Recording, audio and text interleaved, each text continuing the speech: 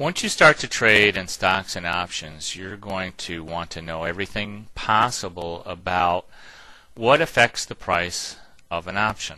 Because we're using options in our positions for at least the money every month trades, you'd want to know exactly what it is that affects the value of the options that you own or the options that you're selling. And those variables include not only the strike price, the expiration of the option, but also what's called the Greeks. The Greeks include a number of different variables: the delta, the gamma, the theta, the vega, and rho, which has to do with interest rates. Let's start with delta. Delta is the measure of the change of an option's value with respect to a 1-point move in the underlying, which could either be a stock, a future, a commodity, or an ETF.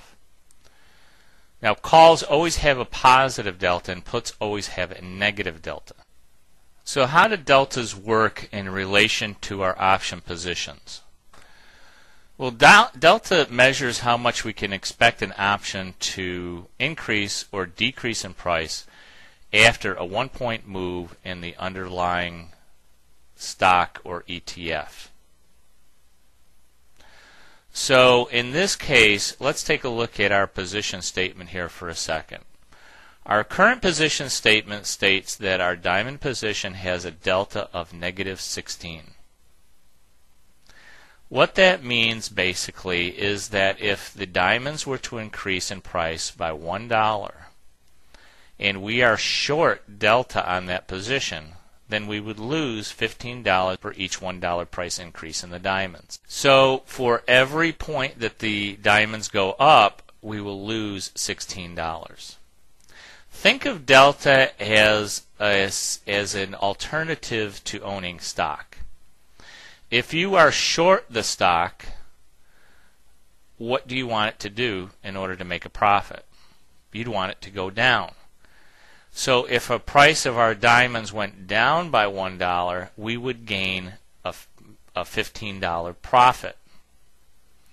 So you can look at the delta as a substitute for the way the option will act depending on whether the stock itself, the underlying, goes up or it goes down.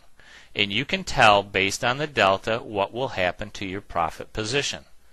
That's the most practical application of the Greeks, determining what will happen to your position if the underlying stock or ETF goes up by $1 or down by $1. As you can see from this, our overall position and our overall totals for delta for all of our positions is -21. That means we are short 21. You can think of delta as shares of stock. We are short 21 deltas on our entire position. If our position would move down by a point, in this position we would gain $22 if the price of the overall market were to decline. On our individual positions, however, the diamonds would increase by $15.63 for each 1-point drop in the diamonds. Our EEM position would actually gain 58 cents by an increase in the price of the EEM by $1. The IWM would increase by $23 if the price were to go up by $1. And the SPY position would increase by $33 if we were to drop a point in the SPY. The overall aggregate total of these positions is called the net delta. We are net delta and we are short delta by 24. To make this as easy as possible, think of this as an indicator to tell you what would happen if the price of your underlying position were to increase or decrease by $1. In this case, since we are net short 24 deltas, if our position would go down by $1, we would gain a profit of $23. If it goes up by $1, we would lose $24. So it's only an indicator. When it becomes really significant is when these numbers become so large that it's quite obvious that an adjustment is going to be necessary so that we don't lose a great deal of money. When the delta becomes negative 300, for example, and the market is railing up as it is today, it's up 113 points as represented by the Dow Jones Industrial Average, then we would be losing close to $300. That's a significant position that needs adjustment, otherwise we could be in a position to lose a lot of money. As it is, we're only 19 shares short. So it's a short delta. So it's very, very close to neutral. And that's not a bad position to be in, given our other Greeks.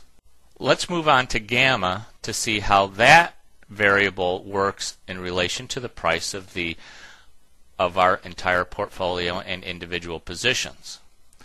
Gamma is the measure of the change of an options delta with respect to a 1-point move in the underlying stock, or ETF or future.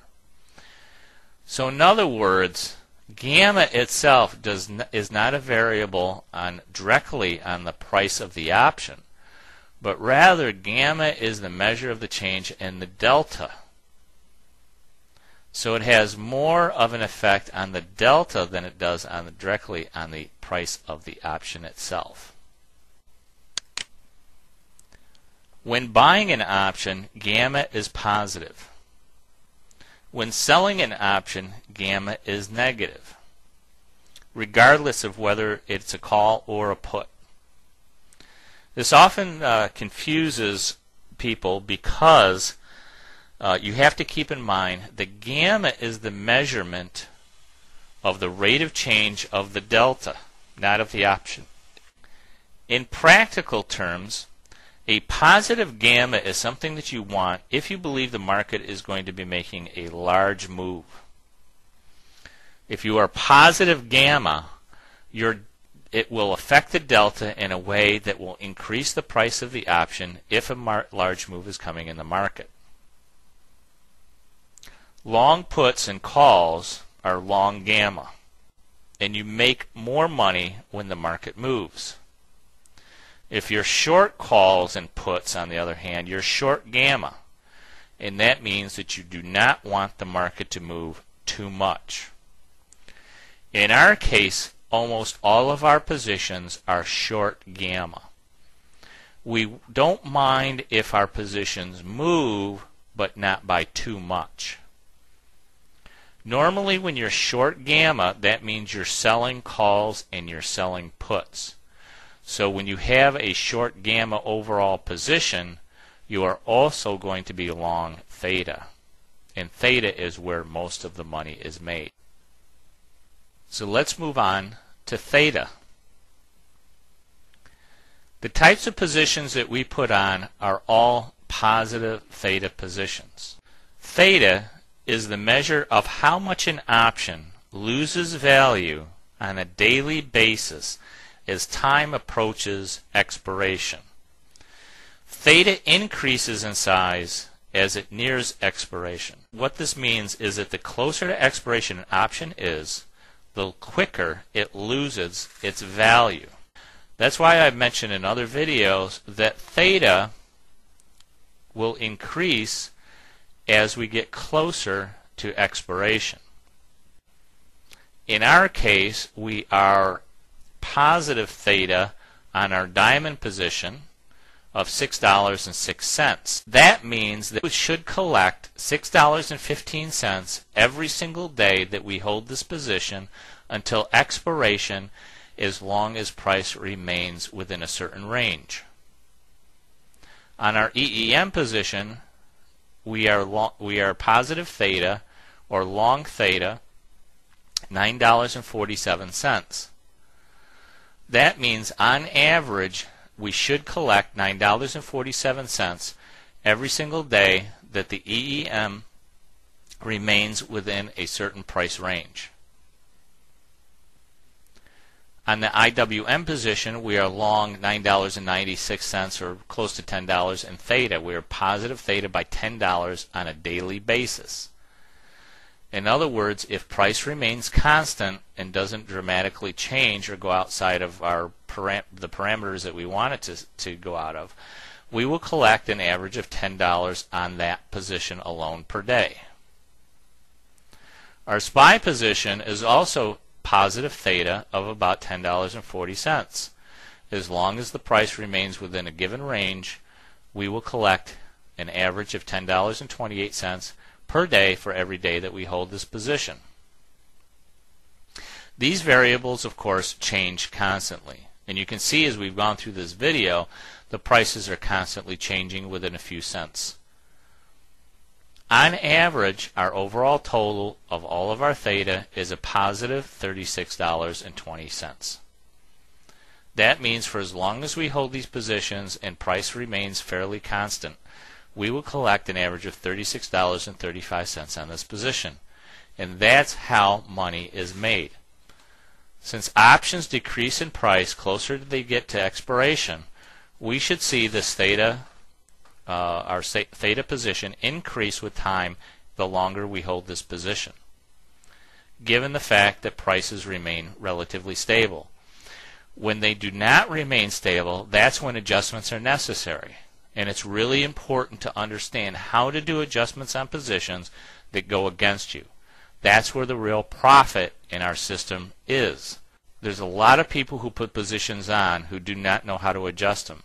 They simply take their losses or take their profits and go home and don't realize that even though some of their positions had a small loss on them, they could have saved those positions. We always want to put on positions that are positive theta. We never want to get into a position in which we are negative theta. When you are negative theta, that means that that's the amount of money that you lose on a daily basis on that option. Let me give you an example. Let's say we go to a stock. Let's take Ford for example. On the May 2008 option, the May the strike price at $9 is selling for 18 cents, and you can buy it for 19 cents. If we were to purchase that option and analyze that position, we would see that right here under price slices, the current position of that option is a positive 30 delta, which means for every point or every dollar that stock goes up, we would make $30, which is good. Our gamma is 30. It's positive because when you purchase calls or purchase puts, they're always positive gamma. However, your theta is a negative 81. In this case, a negative 81 cents. What does that mean? That means that every single day that this price does not move, you lose 81 cents on the price of that option. The fact is that option will actually lose money even if the stock increases to the point where it gets close to the $9 strike that you're buying. So when you purchase a long call option, not only do you have to be absolutely correct in the direction, but you also have to be correct in your timing, because you're losing on a 20-cent option 1.6 cents per day. That's why we always like to be positive theta. We always like to have theta working in our favor, because option prices do decline in price as they approach expiration. The time value specifically will decrease as we get closer to expiration. Let's take a look at Vega for a second. Vega is actually one of the most important components of the variables that affect the price of an option. Vega is the measure of how much a particular option will change in value because of a 1-point change in volatility. It really is the most powerful of all the Greeks. It can dramatically affect the position that you have because of the change in volatility. In the case of our demonstration account, we are a net positive 53 Vega. That means for each $1 change, an increase in the Vega, or the volatility of the market, we will gain an additional $53 in profit. But what is Vega? Vega, as measured by the volatility index of the CBOE, whose symbol is $VIX, normally known as the VIX, is a measure of volatility in the market. Volatility of the market goes up, stocks normally go down. When the volatility decreases, stocks go up. The measure of the volatility index is based on the measurement of the number of puts being purchased on the CBOE. The more people purchasing puts, the more fear there is in the market. People are afraid prices are going to decline, so they will go out and purchase puts. The demand for puts increases the levels of volatility, and it's really a measurement, the fear. So as you see, there's a couple of spikes in this chart where the volatility rose to a level that was slightly unusual for this time period. If we go back many years, you can see that these price levels are probably some of the highest that we've seen in over 5 years. This represents a lot of fear in the market. Many more people were buying puts at these points than ever before.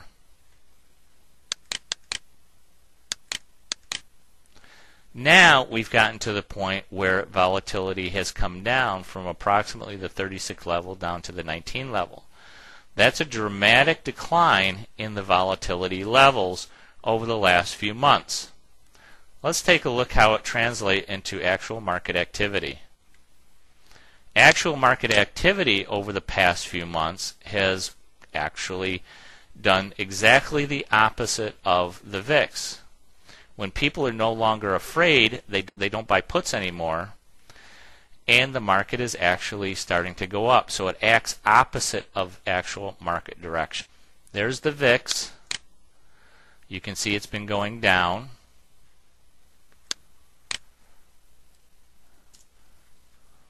Here's the Dow Jones Industrial Average. You can see it's been going up.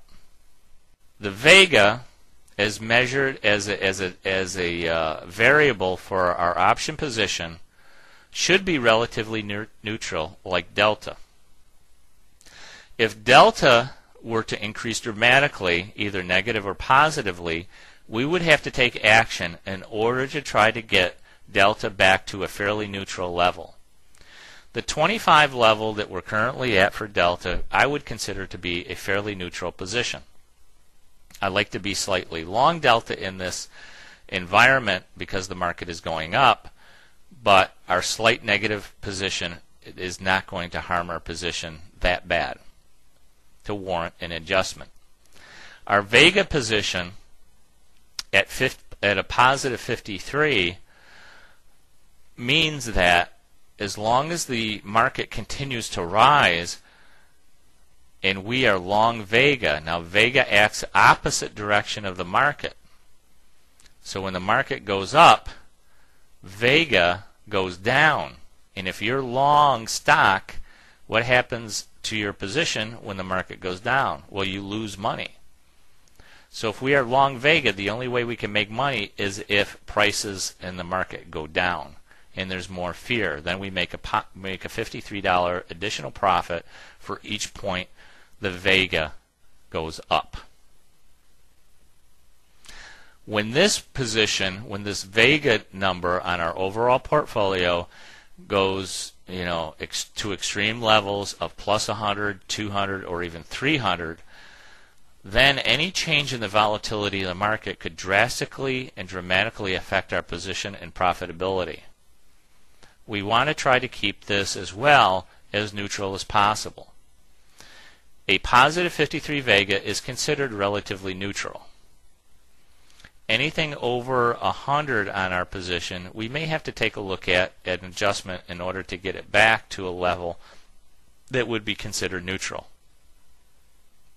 Vega and delta are the two most important components of the variables of the option trades that we're putting on as far as profitability goes. With the type of positions that we're putting on, normally these stay within relatively neutral prices. And theta, of course, must always remain positive. Given all of the other variables in the price of an option, we want theta to be positive because that's how we make money every single day. We collect $36.50 as long as we hold this position if the price remains relatively constant. The final Greek that we're going to discuss today, and one in which is not displayed on this position statement, is rho. Rho is actually how much an option changes in value to the respect of a 1-point change in interest rates. The reason that interest is used as the price of an option is because when you buy an option you are spending money. You could be otherwise sitting in an account collecting interest. All of the Greeks, actually variables of the option, are interesting because they give you more information and help you adjust your positions if necessary, but they also are an indicator that something is wrong with your position. And that's where the real power of these Greeks come in. They tell you if something is wrong. If any of these positions are dramatically out of line, if they aren't fairly neutral, for example, delta, we'd love to have a zero and neutral delta here, but that's never going to happen. The thing that we can do, though, is monitor our overall position according to delta, gamma, theta, and vega in order to determine whether or not an adjustment is necessary in our overall portfolio. The reason that we watch them is simply to make adjustments when necessary. And if the market should move against us, we want to make sure that we're in a position not to get hurt. All things being equal, we want delta and vega to be relatively neutral and theta to be positive. If you keep those points in mind, you're never going to get hurt. I suggest you read additional material on the Greeks in order to strengthen your education on the Greeks. As we go through the type of positions that we will be building in our portfolio, you will also become aware of how important a signpost the delta and the vega and the theta are. The types of positions we put on normally involve the sale of a call and put as well as the purchase of a call and put. That's why our positions in delta and vega are relatively neutral, while our theta is positive because we sell our options at a higher price than we're buying them. Normally these are considered credit spreads. And that's how we make our money. It's not important that you know every single detail about delta, gamma, theta, and vega in order to really profit from these types of trades. You should only be aware of their general power in affecting the price of an option position and your overall portfolio. As we go through the building of our portfolio and we go through each one of the videos that you'll see in this program, you'll see how important it is not only to monitor these positions using the Greeks, but also to take a look at our profit picture. Our profit picture is really a good visual tool in order to determine the exact position our portfolio has. This is what our current position looks like. Some people are very visual, and it would be a lot easier for them to take a look at this picture and you can instantly tell that as long as the current price is within the center of our profit picture, then you know you're okay. You're going to be in good shape. Okay, that's it for today, guys. Hey, trade with confidence.